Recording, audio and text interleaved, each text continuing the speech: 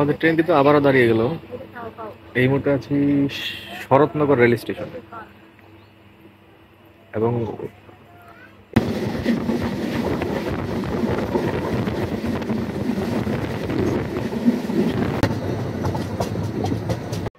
ভ্রমণের শুরুটা হয়েছিল বিমানবন্দর রেল স্টেশনের ঠিক এই জায়গাটি থেকেই। যেহেতু ছুটির দিন, তাই বেরিয়ে পড়লাম নতুন জায়গা আর নতুন ট্রেন ভ্রমণ করতে।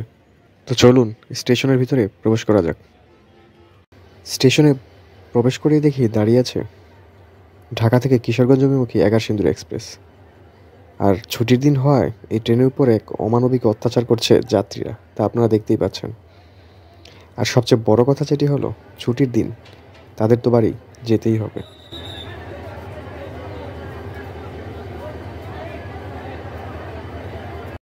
তার কিছুক্ষণ পরেই চলে আসলো সদ্য নতুন কোচ দ্বারা প্রতিস্থাপন করা চট্টগ্রামমুখী বিলাসবহুল মহানগর প্রভাতী।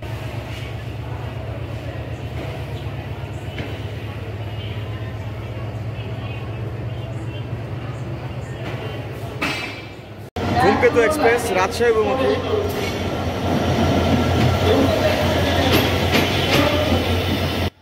রাজশাহী অভিমুখী ধূমকেতু এক্সপ্রেস প্রায় 1.5 ঘন্টা লেটে কিন্তু বিমানবন্দর রেল স্টেশন প্রবেশ করছে।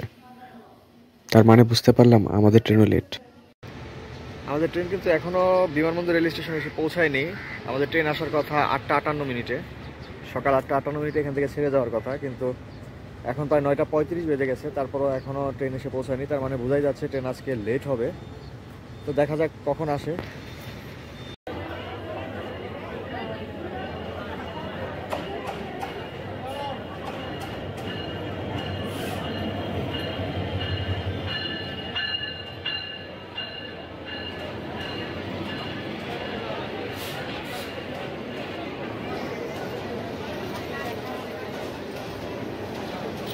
কি কোন ট্রেন আসলো বুঝতে পারছেন না তো? শুনে নিন স্টেশনের অ্যানাউন্সমেন্ট। বুড়িমারি অভিমুখী বুড়িমারি এক্সপ্রেস ট্রেনটি 1 নম্বর প্ল্যাটফর্মে 1 নম্বর লাইনে প্রবেশ করছে। হ্যাঁ, অবশেষে মহাশয় 1 ঘন্টা বিলম্ব নিয়ে ঢাকা বিমানবন্দর রেল স্টেশন প্রবেশ করলো। আর আমি আমার কোচে উঠে গেলাম, আর আমার সিট নাম্বার খুঁজে পাচ্ছিলাম না। তারপরে পেলাম, আর এটি আমার কোচ, শোভন চেয়ার কোচ। এটি মূলত শোভন চেয়ার কোচ। আর আমার সিট নাম্বার হলো 49। এই যে পেয়ে গেলাম, এটি আমার সিট। আমাদের ট্রেন কিন্তু বিমানবন্দর রেল স্টেশন ছেড়ে দিয়েছে। আর ট্রেন চলতে চলতে এই বুড়িমারি এক্সপ্রেস সম্পর্কে আপনাদের কিছু তথ্য জানিয়ে রাখি। এই বুড়িমারি এক্সপ্রেস বুড়িমারিবাসীর দীর্ঘদিনের প্রাণের দাবি ছিল। কোচ এবং ইঞ্জিন সংকটের কারণে বাংলাদেশ রেলওয়ে এটি তৎকালীন সময়ে চালু করতে পারেনি। কিন্তু পরবর্তীতে যখন কোচ এবং ইঞ্জিন সংকট কেটে যায়, তখন অর্থাৎ 2024 সালের 12ই মার্চ এই ট্রেনটি কিন্তু চালু করা হয়। আর ট্রেনটি চালু করা হয় মিটার গেজ ট্রেন হিসাবে।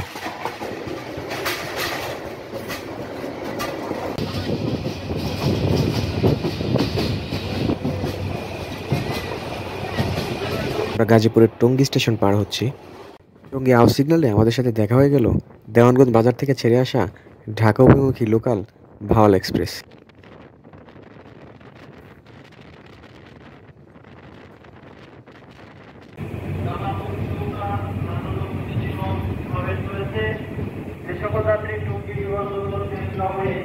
আমরা চলে এসেছি জয়দেবপুর স্টেশন।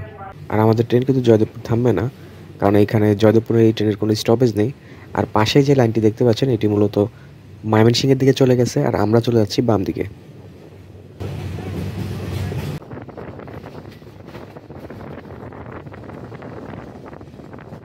আর জয়দেবপুর পার হওয়ার পরই আপনারা দেখতে পাবেন এরকম প্রাকৃতিক মনোমুগ্ধকর দৃশ্য। এবার আসুন চা খেতে খেতে এই ট্রেনের ঢাকা থেকে লালমনিরহাট ভাড়া সম্পর্কে আপনাদের ধারণা দিই। এই ট্রেনের 3 ধরনের কোচ রয়েছে: AC chair, non AC chair এবং এসি কেবিন। ঢাকা থেকে লালমনিরহাট নন এসি চেয়ারের ভাড়া 635 টাকা, এসি চেয়ারের ভাড়া 1214 টাকা এবং এসি কেবিনের ভাড়া পার পারসন 1455 টাকা। এবার বলি ঢাকা থেকে নাটোর এই ট্রেনের ভাড়া। এসি চেয়ারের ভাড়া 719, নন এসি চেয়ারের ভাড়া 375 টাকা। এবং ঢাকা থেকে বুড়িমারি যদি বলি, তাহলে শুধুমাত্র শোভন চেয়ারই বরাদ্দ রয়েছে বুড়িমারির জন্য, যার ভাড়া 730 টাকা। এই ট্রেনে টোটাল কোচ রয়েছে 15টি, যার মধ্যে এসি চেয়ার রয়েছে 2টি, এসি কেবিন রয়েছে 1টি, এবং শোভন চেয়ার রয়েছে 8টি, এবং ডাইনিং প্লাস শোভন চেয়ার রয়েছে 2টি, পিসি কার রয়েছে 1টি, এবং লাগেজ ব্যাগ রয়েছে 1টি। আমাদের ট্রেন কিন্তু চলে এসেছে টাঙ্গাইল রেল স্টেশন।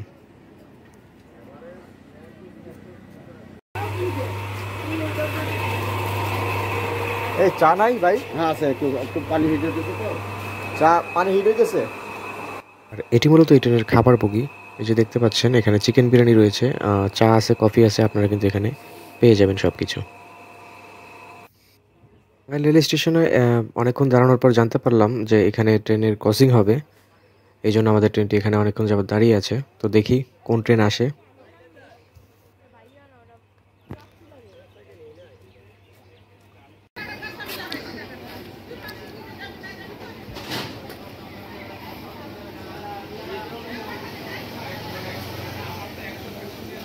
এই মুহূর্তে আমাদের সাথে দেখা হবে রাজশাহী থেকে ছেড়ে আসা ঢাকা অভিমুখী সিল্ক সিটি এক্সপ্রেসের সাথে।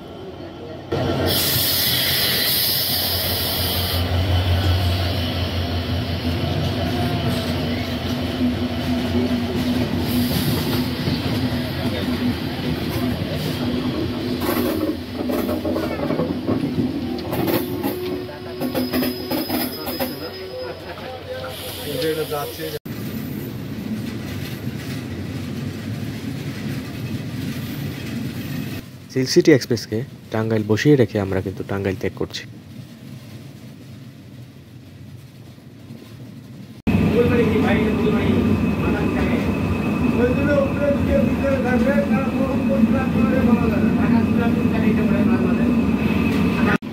আর এই জায়গাটি থেকে সবাই কিন্তু সতর্ক থাকবেন, এটি কিন্তু 2টি বগির সংযোগস্থল। আর যখন এই জায়গাটি থেকে পার হবেন তখন কিন্তু খুব সাবধানে পার হবেন, না হলে কিন্তু ঘটে যেতে পারে অনাকাঙ্ক্ষিত দুর্ঘটনা। আর এটি মূলত টয়লেটের পাশের বুড়িমারি এক্সপ্রেসের বেসিন, ফ্রেশ হওয়ার জন্য আমি বলবো ভালো।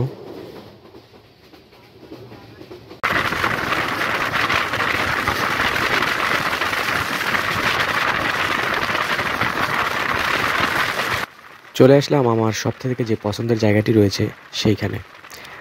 আর এটি হলো যমুনা সেতুর ঠিক আগ মুহূর্তে। এই জায়গাটি আমার বরাবরই ভালো লাগে, তার কারণ এখানে ট্রেন এবং বাস খুব পাশাপাশি জায়গা নিয়ে চলে এবং এখানে মনে হয় যে ট্রেনের একটি রেস চলছে।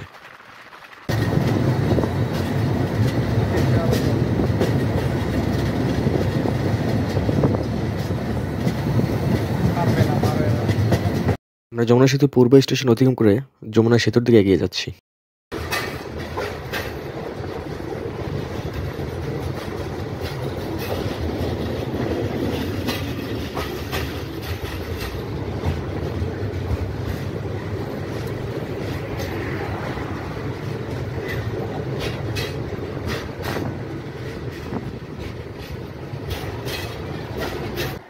আপনারা ঠিক সামনে যে সেতুটি দেখতে পাচ্ছেন এটি মূলত রেলওয়ের জন্য নির্মিত আরেকটি সেতু, এবং এই সেতু দিয়ে কিন্তু 2টি ডুয়েল গেজ লাইন রয়েছে, যেটি আসা এবং যাওয়া একসাথে 2টি ট্রেন কিন্তু পারাপার করতে পারবে, যার কারণে অনেক সময় সেভ হবে, যার কারণে এবং এই সেতু দিয়ে কিন্তু পূর্ণ গতি নিয়ে কিন্তু ট্রেন চলতে পারবে।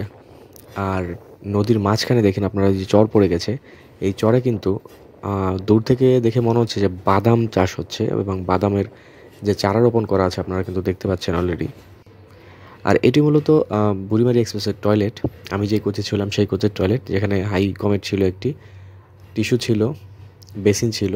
আমি বলবো মোটামুটি ভালোই ছিল এবং পরিষ্কার ছিল।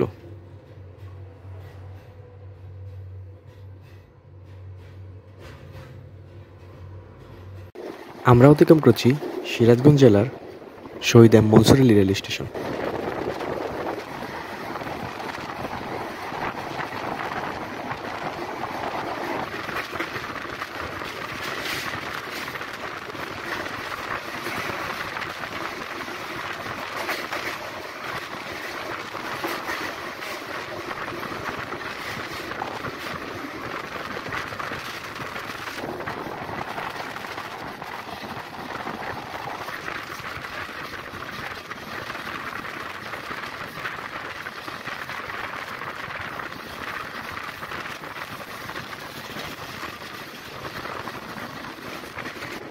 এইমাত্র আমরা অতিক্রম করব সিরাজগঞ্জ জেলার আরেকটি স্টেশন জামতৈল।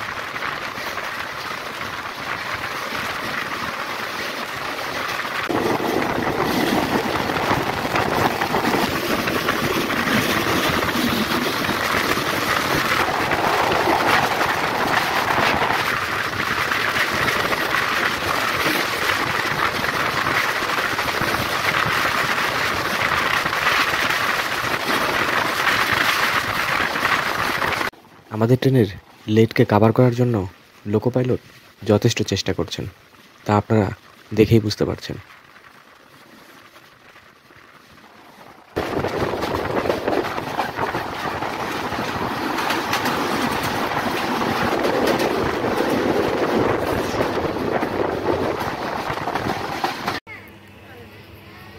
আমাদের ট্রেন কিন্তু আবারও দাঁড়িয়ে গেল। এই মুহূর্তে আছি শরৎনগর রেল স্টেশনে।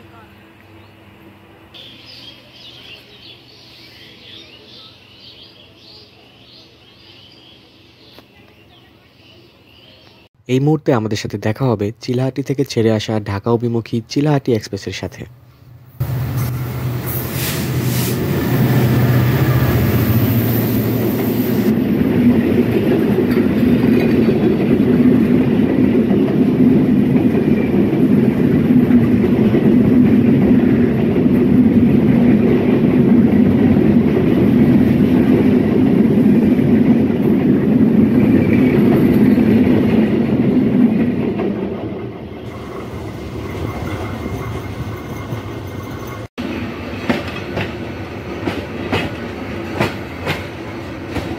সুন্দর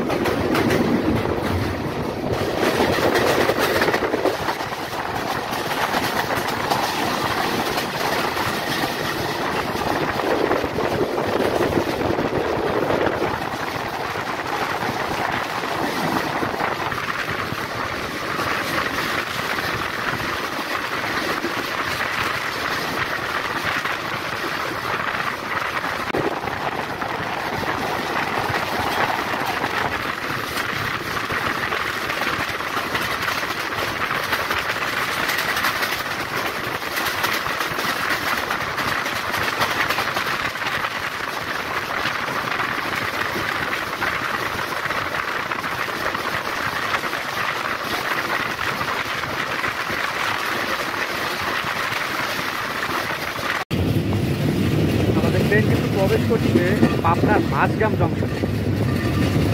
এই যে লাইনটি চলে গেছে, এই লাইনটি মূলত চলে গেছে পাবনা শহরের দিকে।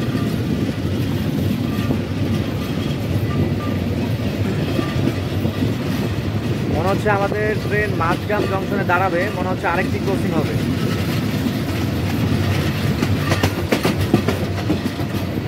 দুই নম্বর লাইনে প্রবেশ করছে আমাদের ট্রেন মাঝগ্রাম জংশনে। এই মুহূর্তে আমাদের সাথে দেখা হবে খুলনা থেকে ছেড়ে আসা ঢাকা অভিমুখী 763 চিত্রা এক্সপ্রেসের সাথে।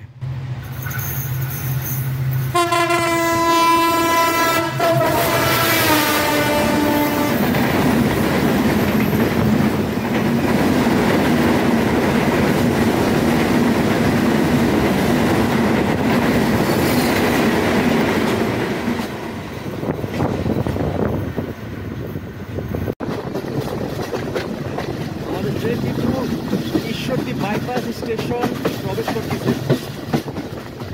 আর ঈশ্বরদী বাইপাস স্টেশন কিন্তু এই ট্রেনের দ্বিতীয় স্টপেজ, বাণিজ্যিক দ্বিতীয় স্টপেজ। প্রথম স্টপেজটা ছিল বিমানবন্দর, তারপরেই এই ঈশ্বরদী বাইপাস। আপনারা দেখতে পাচ্ছেন অসাধারণ একটি কার্ভ এই বাইপাস স্টেশনে।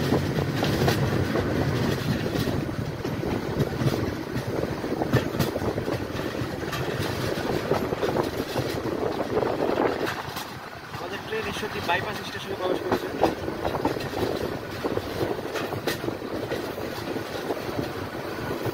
আপনারা দেখতে পাচ্ছেন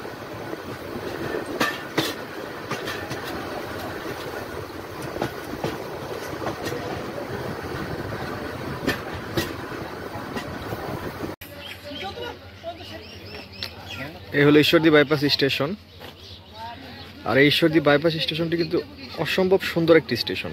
আপনারা যদি কখনো ঈশ্বরদী আসেন, এই ঈশ্বরদী বাইপাস স্টেশনে অন্ততপক্ষে একটি বিকেল হলেও কাটাবেন। দেখেন যে খুবই সুন্দর একটি স্টেশন, প্রাকৃতিক পরিবেশে বেষ্টিত।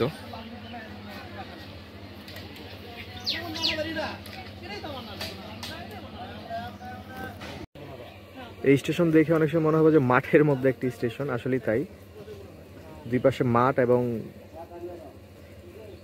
অনেক গাছপালা রয়েছে, এর মাঝে এই স্টেশনটি।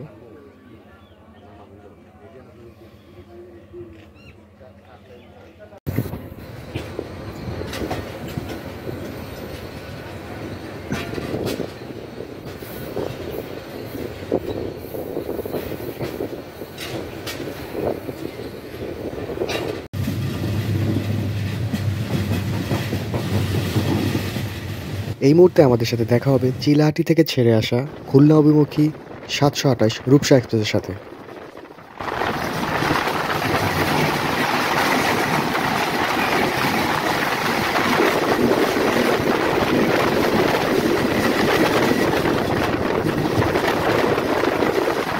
আজিমনগর স্টেশনের ঠিক আগ মুহূর্তে রেললাইনের পাশে রয়েছে অসংখ্য খেজুর গাছ, এবং খেজুর গাছগুলি শীতকালীন হওয়ায় খেজুর গাছ ছুলে কিন্তু হাঁড়ি পেতে রাখা হয়েছে। যদি ট্রেনটা থামতো তাহলে একবার হলেও এই রস কিন্তু ট্রাই করতাম।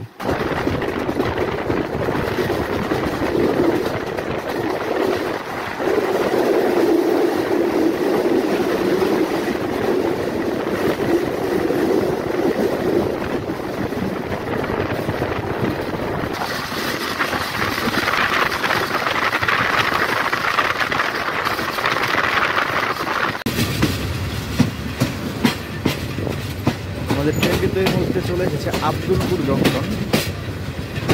যদিও এখানে আমাদের কোনো স্টপেজ ছিল না, সম্ভবত ক্রসিংজনিত কারণেই ট্রেনটি আবারও দাঁড়ালো আব্দুলপুর জংশন। আমাদের ট্রেন কিন্তু এই মুহূর্তে চলে এসেছে আব্দুলপুর জংশন। যদিও এই স্টেশনে আমাদের এই ট্রেনের কোনো স্টপেজ ছিল না, তারপরও ক্রসিংজনিত কারণে এই ট্রেনটি এখানে দাঁড়িয়ে পড়েছে। এই হলো আব্দুলপুর জংশন।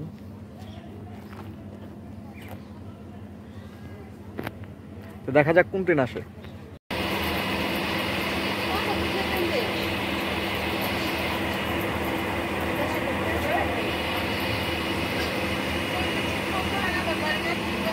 এই মুহূর্তে আব্দুলপুর জংশন অতিক্রম করছে পঞ্চগড় থেকে ছেড়ে আসা ঢাকা অভিমুখী দ্রুতযান এক্সপ্রেস।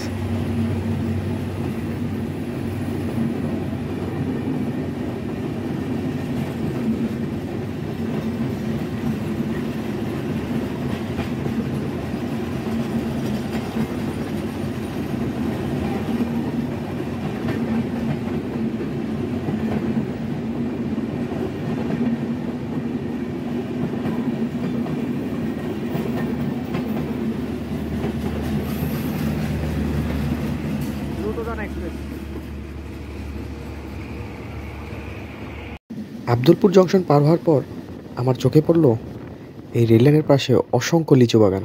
আপনারা সামনে দেখতে পাচ্ছেন কিনা জানি না, সামনে অসংখ্য লিচু বাগান কিন্তু রয়েছে, ওই যে দূরে দেখা যাচ্ছে, এবং এই যে বাম পাশে দেখতে পাচ্ছেন এগুলো কিন্তু সব লিচু বাগান। অসাধারণ লাগছিল এই লিচু বাগানগুলো দেখতে।